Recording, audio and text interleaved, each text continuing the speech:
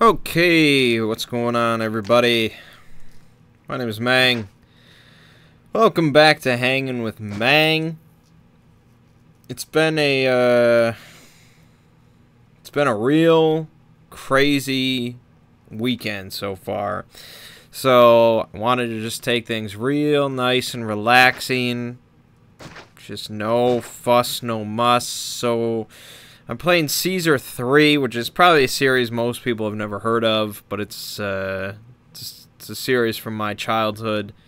And most of this week I've actually been playing Pharaoh, but I couldn't get a way to record Pharaoh, but I can record Caesar 3, so it's basically the same game. And I'm just going to keep the speed at, like, you know, the bare minimum, so nothing's really ever going to happen. But it lets me do shit and talk to you guys, so good. Good.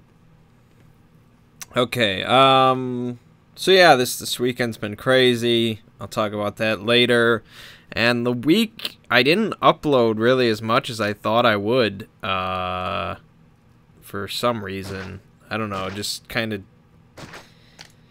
days go by, and I try to upload one thing a day, but I think I mostly stuck to that, but I don't know, it was rough.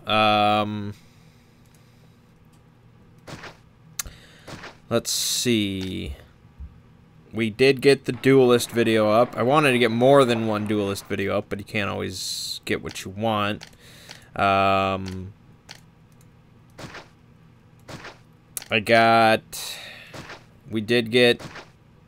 know I got a Titan Souls video up, and I know I got an Assassin's Creed video up. I don't know if I got an Axiom Verge video up this week. I don't actually remember, which is probably not a good sign. And then we got the Designer Diary video up. That was like over an hour long, and only like one person commented, so I mean, I assume people are interested, but my fan base isn't really anything to do with board games, so I can understand that nobody has much to really input to that, but that's alright, I'm going to keep doing it for my own benefit. Then the final wing of Blackrock Mountain, and that's kind of it, really.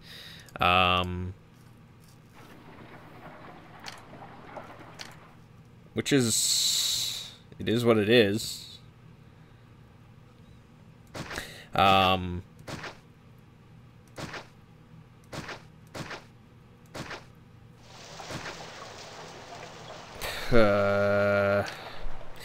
mean, well,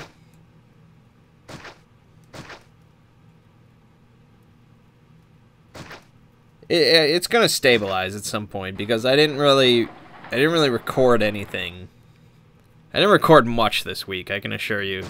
So we're not going to be swamped forever. I still have some more Assassin's Creed videos to upload, and then that's kind of it, I think, as far as what I have to upload. So I'm going to be doing some recording this week. And Titan Souls should really not be that much longer of a Let's Play. So hopefully we can kind of get that sorted. We'll see. I mean, it depends on kind of how I perform, so. Yeah. What else? I really want to do a Sherlock Holmes video this week. So we'll see if I can try to squeeze that in.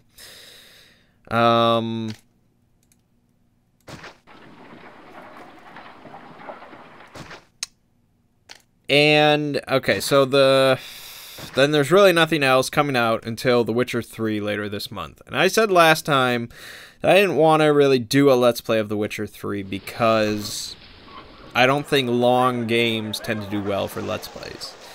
But a person commented on the last video, I think his name was Maximilian Hornstein, which I don't know if that's your real name, but if it is, that's pretty awesome. And he really was trying to convince me that it's a good idea that I should do the Let's Play of Witcher 3. And that comment got a few likes and stuff like that. And so I mean, I'd be willing to try a Let's Play of it if people really want, but it's really under the stipulation that, I mean, A, I don't care about the story, and I feel like that's really hurting, like, the whole experience, because it feels like a really story-driven game, and I don't really know anything about Witcher 1 or Witcher 2, because I just couldn't get into it, so I don't know any of the story of the game series, and this is, like, the final one. So that's right. It's like playing Mass Effect 3 without caring about any of the things that happen. It's like, I know he's a witcher, he hunts things. He has a lot of sex. Like that's what I get out of it. He's pretty famous, but that's about it. And so if people are, you know, all right with me not caring about the story, and that may include skipping cinematics if I just get kind of frustrated. That may include that, and that may include the fact that that Let's Play could end at any moment, like my Witcher 2 Let's Play, if people remember that, which lasted like 2 videos.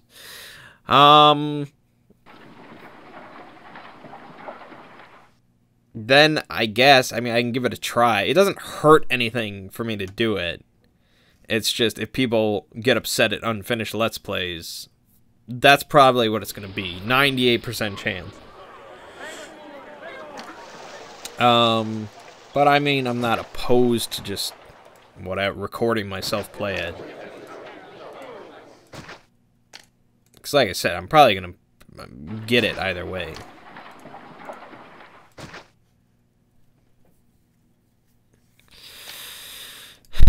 But, you know, we'll see.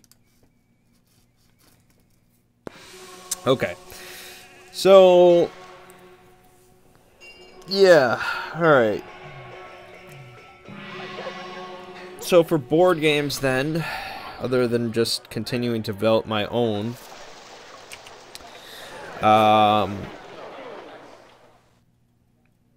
what did I buy? I bought some shit. I bought plenty of shit. Oh, my copy of the new Mage Wars core set finally shipped. So that's cool, I guess. I don't know when I'm gonna get to play it, but it's cool. I'll have all the cards and I'll have the spell book and I'll get to think I'm cool.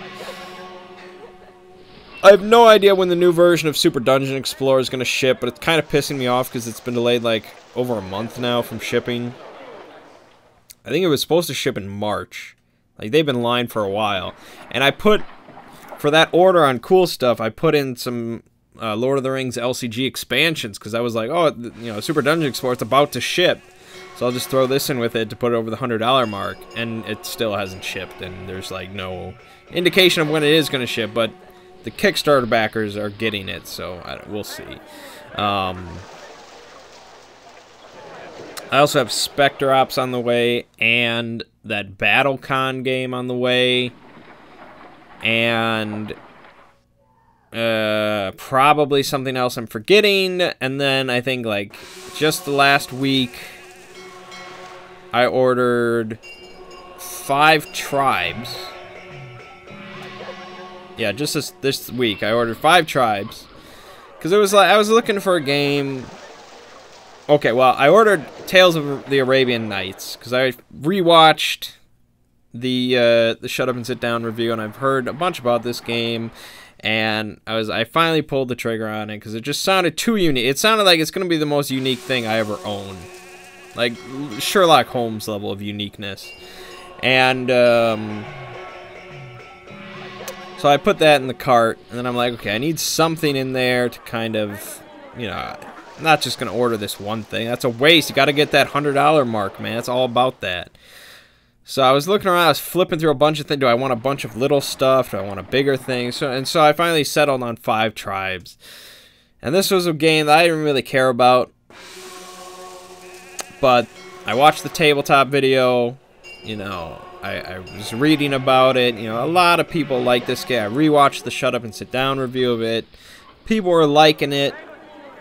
You know, it's Euro-esque because it's kind of worker placement, but it's more like Mancala, but it's a Bruno Cathala game. It's Days of Wonder. Whatever. Sure. I'm part of the cult of the new. Might as well. So I ordered that, and then I ordered the Leaders expansion for 7 Wonders. This is like, Seven Wonders isn't really going away anytime soon, so sure. So I got that shit. I learned how to play 5 Tribes. It does seem kind of interesting. You know, it is Euro-esque, but there is some player interaction in there. You can do some take that kind of stuff.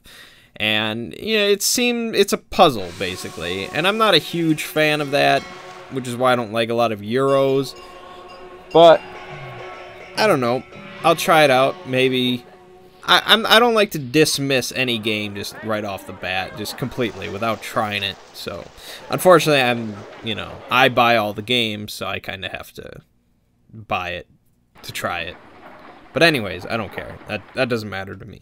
So I'll try that sometime, probably on like a family game night, although it's a little bit more complicated than the average Days of Wonder game, and they even put that on the box. So hopefully the family game group can handle it. And then I sat down and I learned Tales of the Arabian Nights, and this game seemed just bonkers, man. This is, like, just ridiculous. So basically, it's kind of like an RPG in a board game form. It's set in the whole Arabian Nights kind of fiction, you know, all that kind of stuff. So you have princesses and, you know, it's Aladdin. Just picture Aladdin, but, you know, much broader than that. And, so basically, you get a character, and you get a few skills. So it's kind of, it reminds you of an RPG. But you don't have, like, health or anything like that. It's very just kind of textual. And so you got to pick a few skills at the start of the game. And so you think, like, okay, I want to, you might have, like, the RPG mentality. So you're like, I want a thief. So you pick luck and sneaking and, you know, maybe disguise. Okay, so you have kind of a theme going. And so then you venture out across the world, and it covers like Europe, Africa, India. And you might have a quest, and your quest might be that you're in a contest for the princess's hand in marriage. And so you need to find a treasure and bring it back. And you need to bring back the best treasure, because only the best treasure will get the princess's hand.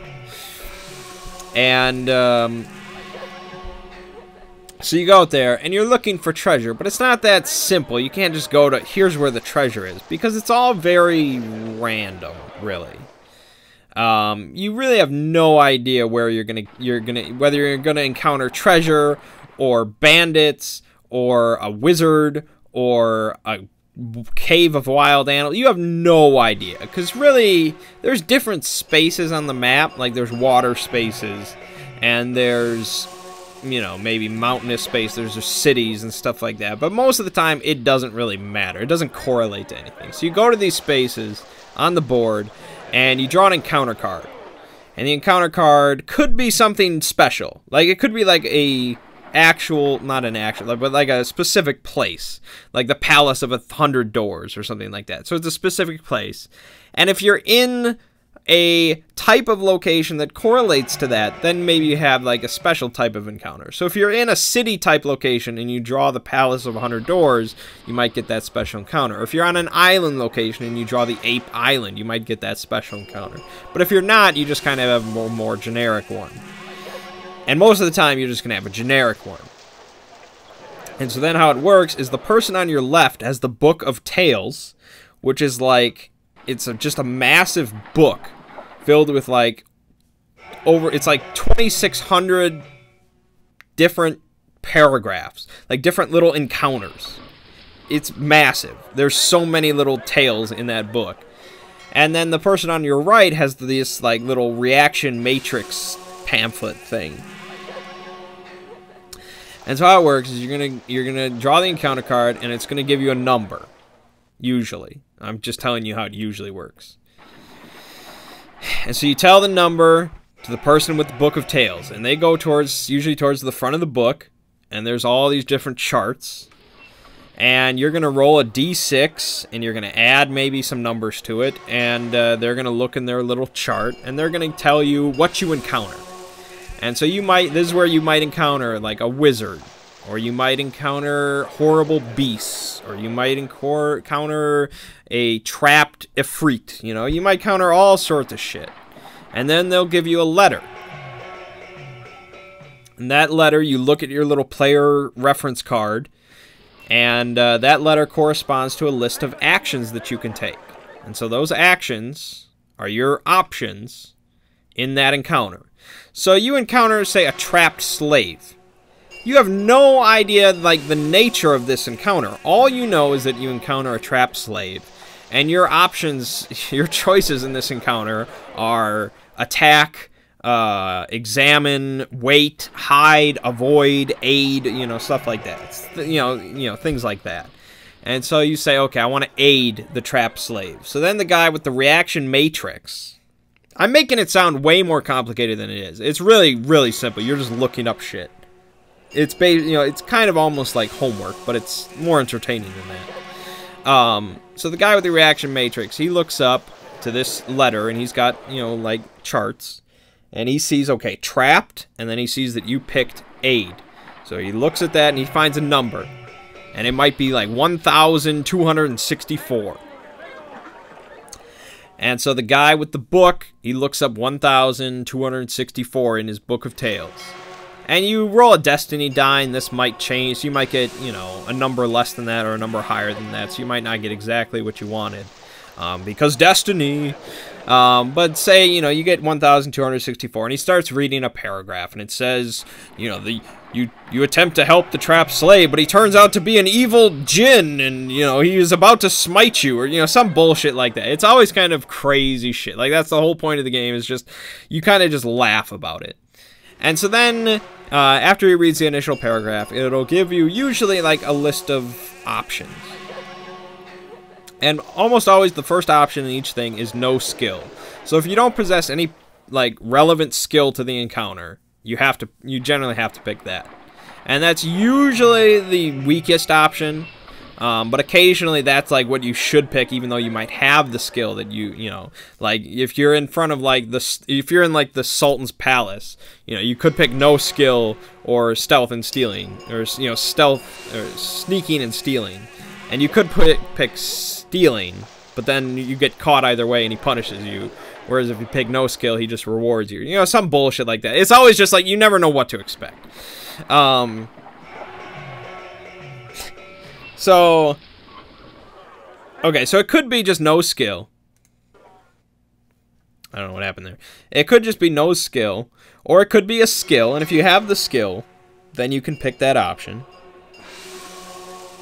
And skills are stuff like, you know, magic, weapon use, sneaking, luck, beguiling, courtly graces, seduction. You know, there's a whole bunch of skills you can get. And then there's also other options you might have to take. Like, if you're cursed, you might have to pick the cursed option. If you're envious, you might have to pick that. If you're married, you might have to pick that. Just all sorts of stuff. Like, the breadth of the game is ridiculous. And so then you just, the person just reads the paragraph for whatever you pick or had to pick. And then it usually ends with you getting, either, if it's good, you get destiny and story points, which are how you win. You might get treasures, you might get new skills, you might get new statuses. Or if it's bad, you might get crippled or wounded or die. Or you might get sent off to some horrible place. You know, all sorts of shit just happens. And there is a win condition, but, you know, the whole game is kind of random, as far as we could tell, but it's entertaining random. You know, you're kind of just sitting around just laughing, and just the story kind of grows as you play, and it's just like for today, for Board Game Day, we played it. It was me, Ziggy, and another friend of ours. And so Ziggy, he played as Aladdin. And he just got grief-stricken like immediately. And grief-stricken is the worst because you don't get to use any of your skills. So it's just, you're worthless, and you can like never really recover from it. It was terrible. So he was just wandering the land, grief-stricken, and he was just like hating the game. And eventually he got an encounter where like he got married in Ireland. And like the local custom when a spouse dies is that the other person is buried with them.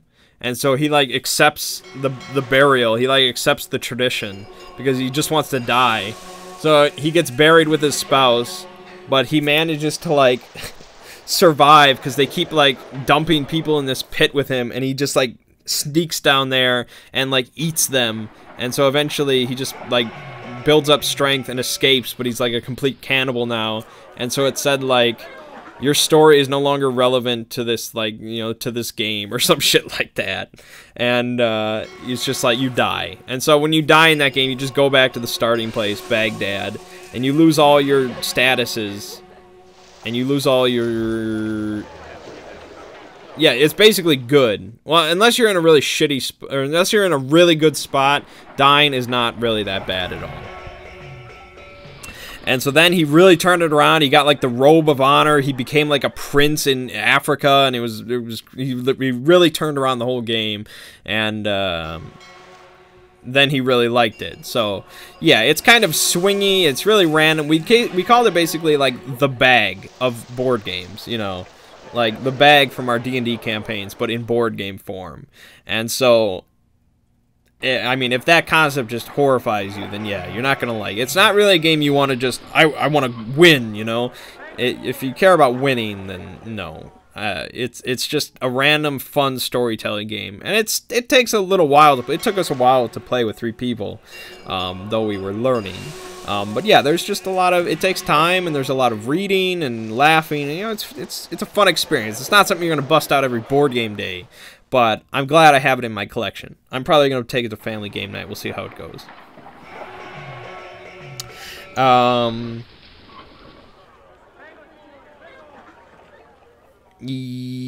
Okay, Saturday. Yes, so yesterday during the day, Ziggy came over, and we played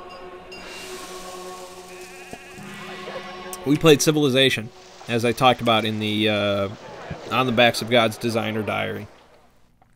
So we set up a 2-player game, and I played as the Egyptians, because I've been playing Pharaoh a lot, and he played as the American. And neither of us really knew anything of what to do. Like, we just really had no idea. It was a complete learning game. But I won, actually. I was really shocked I beat him, because he's really kind of the strategy guy, and I'm not at all. But he was kind of all over the place with... some economics and some cultural, and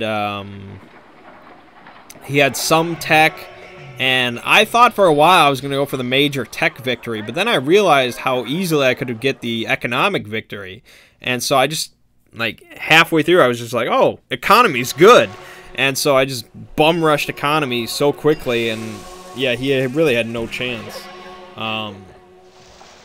So Egyptians seem really overpowered, but I guess that's just from our one game. You can't really judge from that. But it was well designed. I think it's a well-designed game. I do agree that I don't think the combat in that game is stellar, but apparently they say one of the expansions really fixes it. But I like the whole board. The art is just really good looking. It's just pleasant to look at. I like all the tech. It's basically like a shorter version of Twilight Imperium 3, which is cool. I think 2 players is probably like the weakest, because it's either you're both peaceful, in which case it's just a race for one of the other types of victories, and you both know it, or one person is, you know, warlike, and so then it's just kind of like you have to just constantly hold them at bay while you desperately try to just do anything, and that's not great either. So when you have 3 or 4 players, then you can probably, you know, you can get preoccupied with the warmonger, and somebody else can do their shit, and so on and so forth.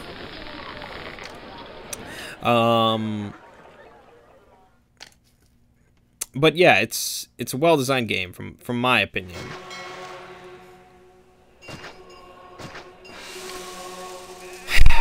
But, you know, I won, so I might have to say that. But no, it was cool. It took a while. It took a while to play.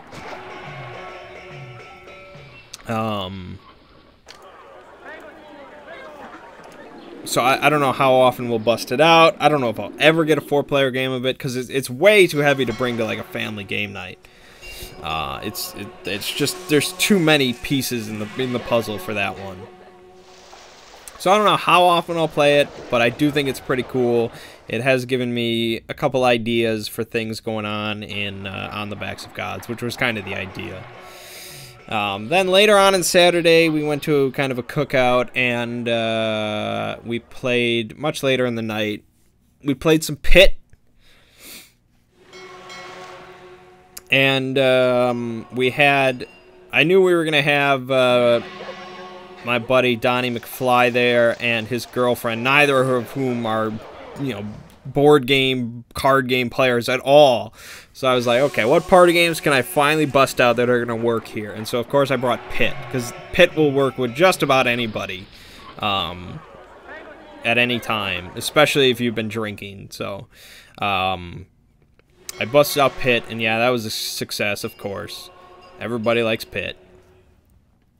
And then we played Say Anything, which is kind of, it's like Cards Against Humanity for people that can actually think for themselves.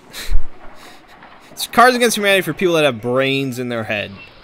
I mean, it's basically that game, except you can write your own answers down, more or less.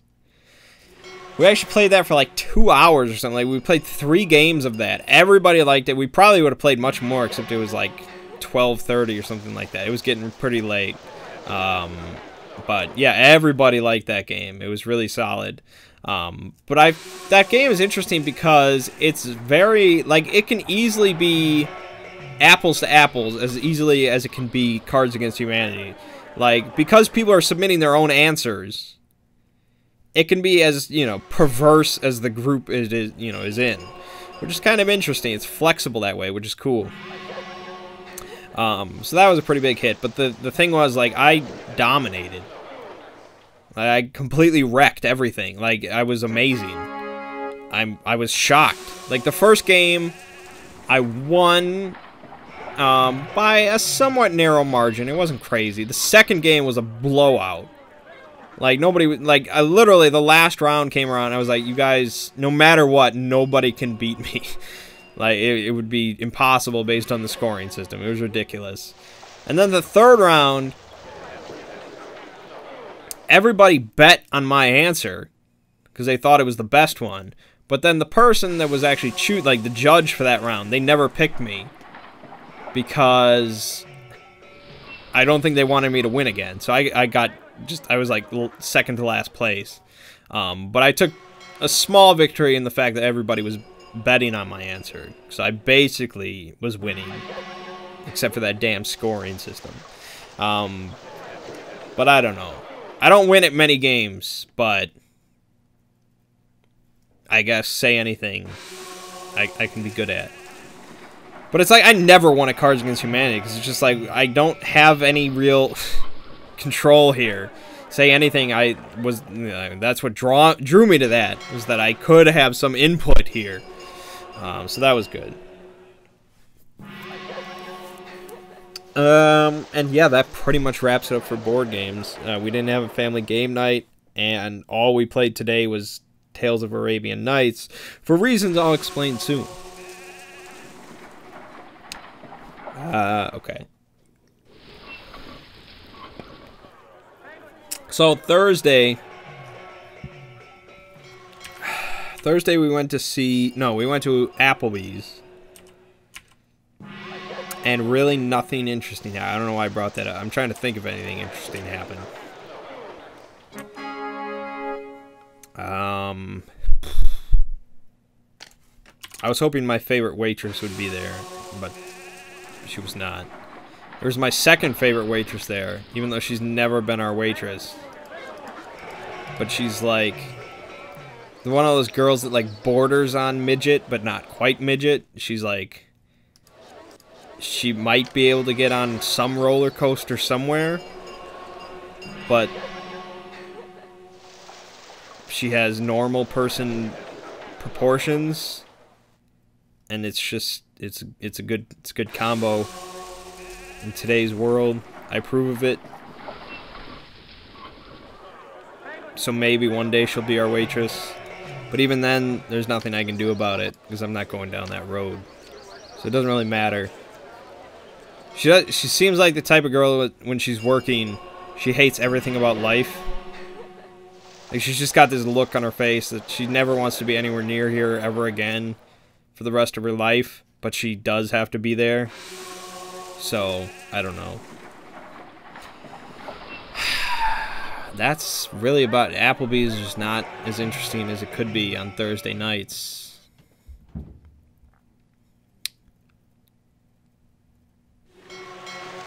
Yeah. Friday, we went to see Avengers, as did many, many, many other people. And Avengers was good. It was very good. I liked it. I'd say it was comparable to the first one. I thought there was too much Hawkeye in this one. People were like, oh, Hawkeye was pretty good this time. I liked Hawkeye. And I'm like, I'm never going to like Hawkeye. Because I don't really like Jeremy Renner. It just, I don't know. It seems like he tries too hard. I don't really like Jeremy Renner. And Hawkeye is just like, why, out of all the characters you could have, why is he in multiple movies? I don't know. He just, nah. Quicksilver was in it. And I was interested in how they would do it because they had to compete with the Days of Future Past Quicksilver, which was pretty well received. He was cool, and they picked Kick-Ass to be their Quicksilver. It was all right. He was all right. I mean, I like any speedster on screen. I just think that's cool as hell because it gives me some amount of hope for the Flash movie, even though I hate who they casted. But I like speedsters in general. He was pretty cool. Obviously, it's Quicksilver. He's like 1/100th of what the Flash is. But he still, moves pretty quickly compared to everybody else. And he had some cool moments, but I don't think he quite, lived up to Days of Future Past Quicksilver, who was just, his scene was, his scenes were awesome. Ultron was great. James Spader, it was just so funny. Just because it was like James Spader just being James Spader. Like, I didn't really think this was some maniacal robot, bent on destroying the world or anything. It was just James Spader. It was funny. That was just well picked there. It was great.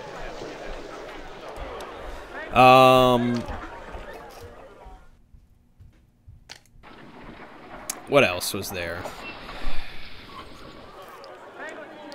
The Hulkbuster, if I'm spoiling this for you, then I'm sorry, but the Hulkbuster is in the movie, and he fights the Hulk with the Hulkbuster armor. This is in the trailers, this can't be too big of a spoiler. So that fight scene, by far the best part of the whole movie. I was so pumped about that the whole time, like, I was so ready for this in the weeks coming up to the movie. It was just like, this is going to be the best part, and it did not let down at all. It was amazing. So freaking cool. Yeah, it was a good movie.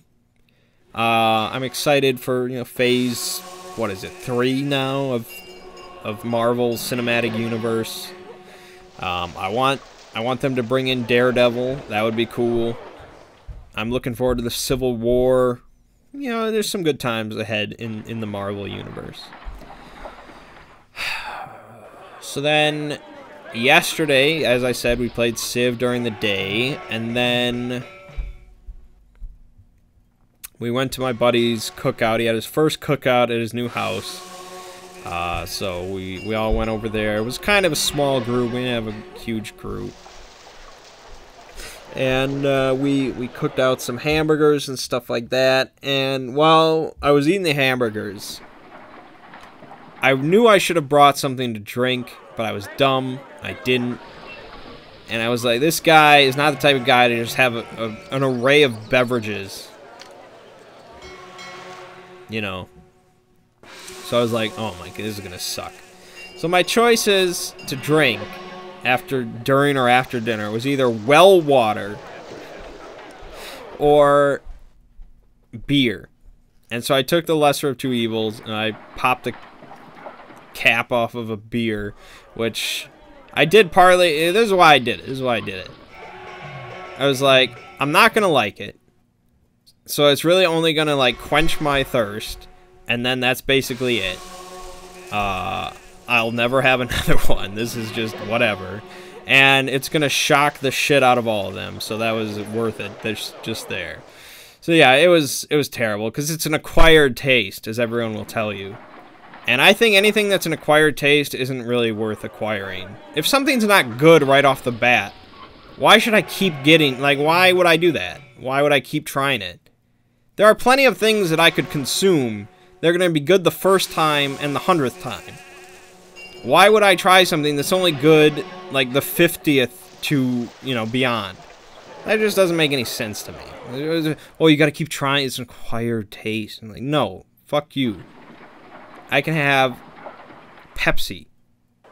I liked it the first time I drank it, and I still like it. That's a quality product. My parents are always trying to get me to drink coffee. It's like, no.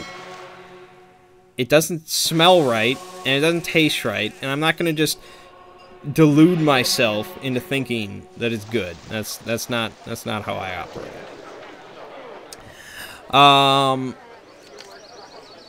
Anyways. So yeah, it wasn't very good. But then we played a game of, well, Studs claims he invented it. And I think we believed him for a while, but then our friend actually went to a store and he bought like a kit for it. So I don't know what to believe. He called it Beersby. The store called it poles, because I guess you're not going to call it Beersby. But basically, it's 2 poles set up, you know, like 27 feet apart. You put a beer bottle on top of each pole. You have a team of players on each side, and they each have a frisbee. They both throw the frisbee at the same time. They're trying to knock over the beer bottle on the other side. If the other team doesn't catch the frisbee that's thrown at them, you know, the other team gets a point. If they don't catch the beer bottle, if it gets knocked down, they lose. The other team gets like 3 points, so on and so forth. It's a dexterity frisbee-based game, and everybody has a beer bottle in their hands, so they can only play with one hand. So that was the other reason why I grabbed a beer, because I was like, okay, we're gonna play Beersby, I might as well have it.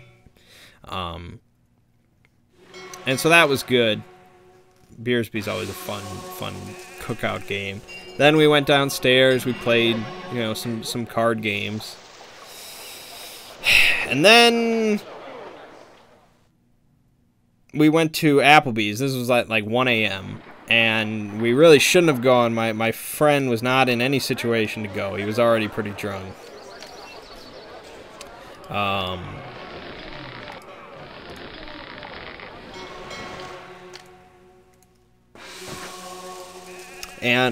But we went out there,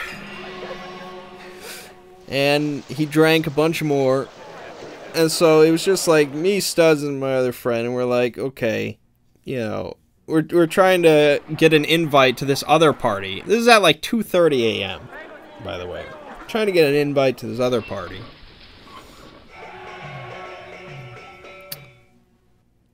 And, so finally we get an address, and we're like, alright, let's go. We'll talk about it in the parking lot. So we stand up to go, and my friend, like, literally stumbles and crashes into another set of tables. And this is the Applebee's that we already have the worst of reputations for. Like, this is where I did all my bullshit. This is where they have thrown up multiple times. Like, this is just not good.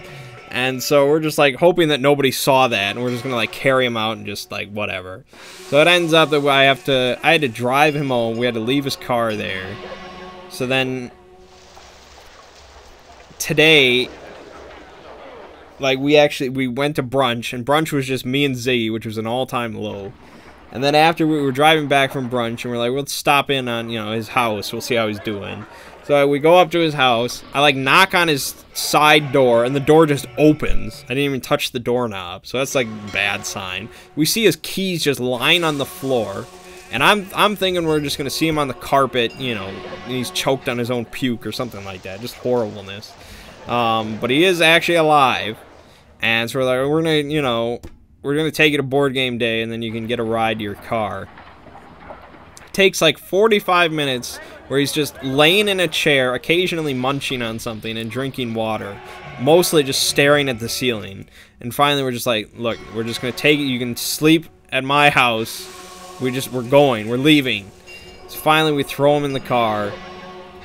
He comes to board game day, which is literally, again, just 3 of us playing Tales of the Arabian Nights, and he just sleeps on my couch next to us the whole time.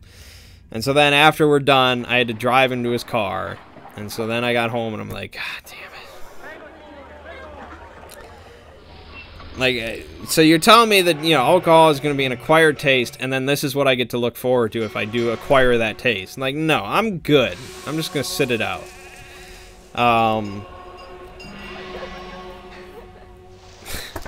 No, just no thanks. So then the other crazy thing that was going on was like last Sunday or so, I think I matched with this chick on Tinder. And it said her name is Lauren. She's 21 years old. She looked like a real kind of sweet gal. Obviously, since I'm telling you the story, she's not a sweet gal. And,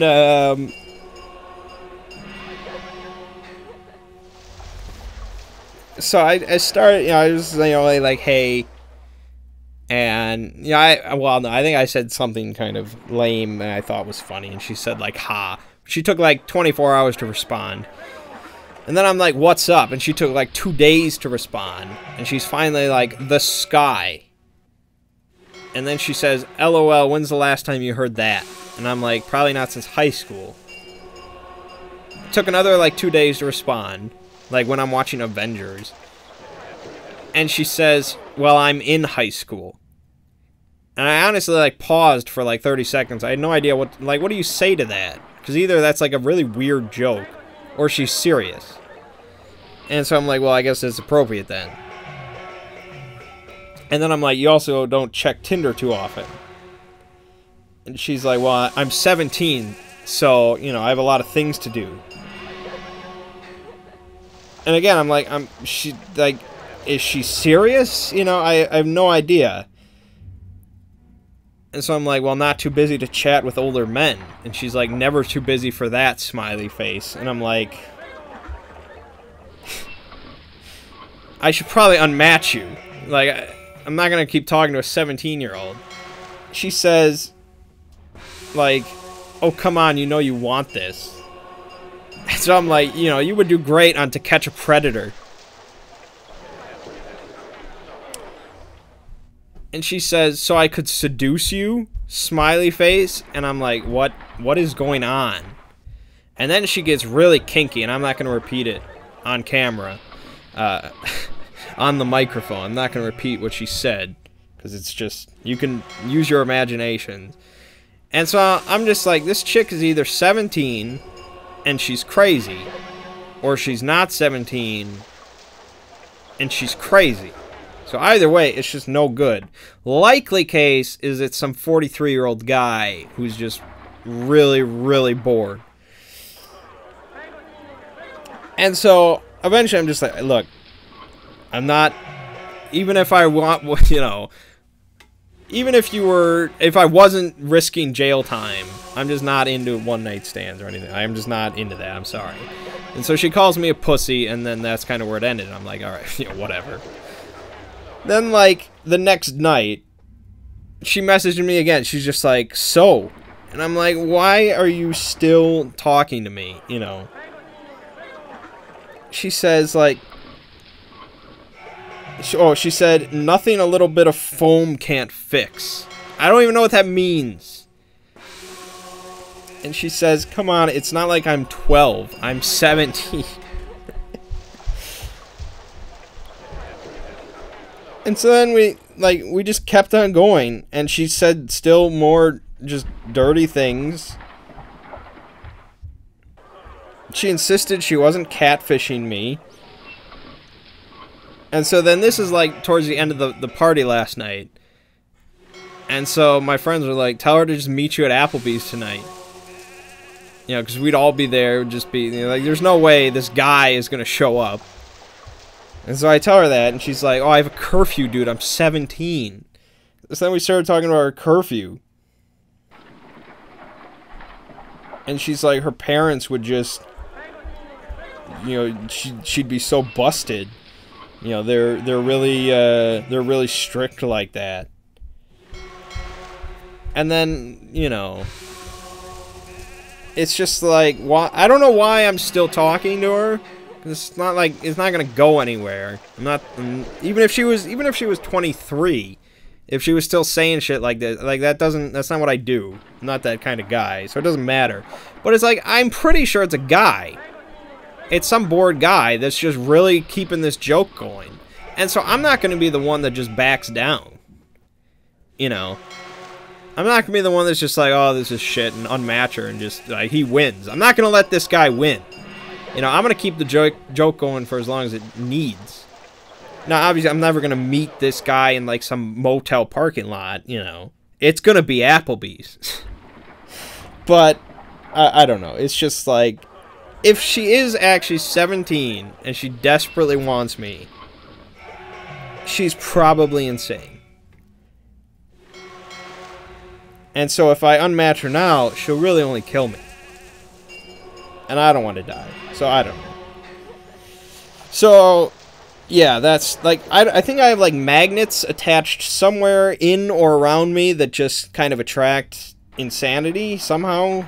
Just insane bitch bullshit. I don't know. Bitch bullshit magnets. I don't know where they are. I don't know how to have them removed, but they're there. So, yeah. Jesus. So yeah, it's been a very crazy weekend, and we're actually not playing Call of Cthulhu tonight because Ren is apparently out of commission yet again, and so I'm kind of exhausted, and I don't really want to keep going in the campaign with 3 players, so I think we're just passing tonight. But yeah, we'll try to get a Sherlock Holmes video. There'll be at least another Duelist, Axiom Verge, Titan Souls videos, probably the rest of Assassin's Creed, maybe a designer diary. I don't know if I'll do another designer diary this week. Probably not until after I playtest it, because there's not really much else for me to say. But, yeah, I'm sorry. If you were really interested in Caesar 3, I didn't really show off much because I think my civilization kind of stagnated here. But, again, I just didn't want to do anything. I don't want to do anything. Anyways. I think that's about it.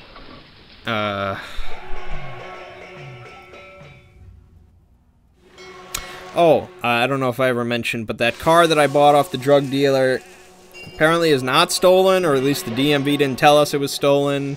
Everything kind of checked out. We did have to replace, you know, some tires and the windshield and some minor shit, but it seems like everything's pretty good. It's a solid vehicle, so it's just transported drugs before, but that's not a crime. Well, it's a crime, but we shouldn't punish the car for that. Anyways, my name is Mangg. This has been Hanging with Mangg. I'll see you fine folks next week.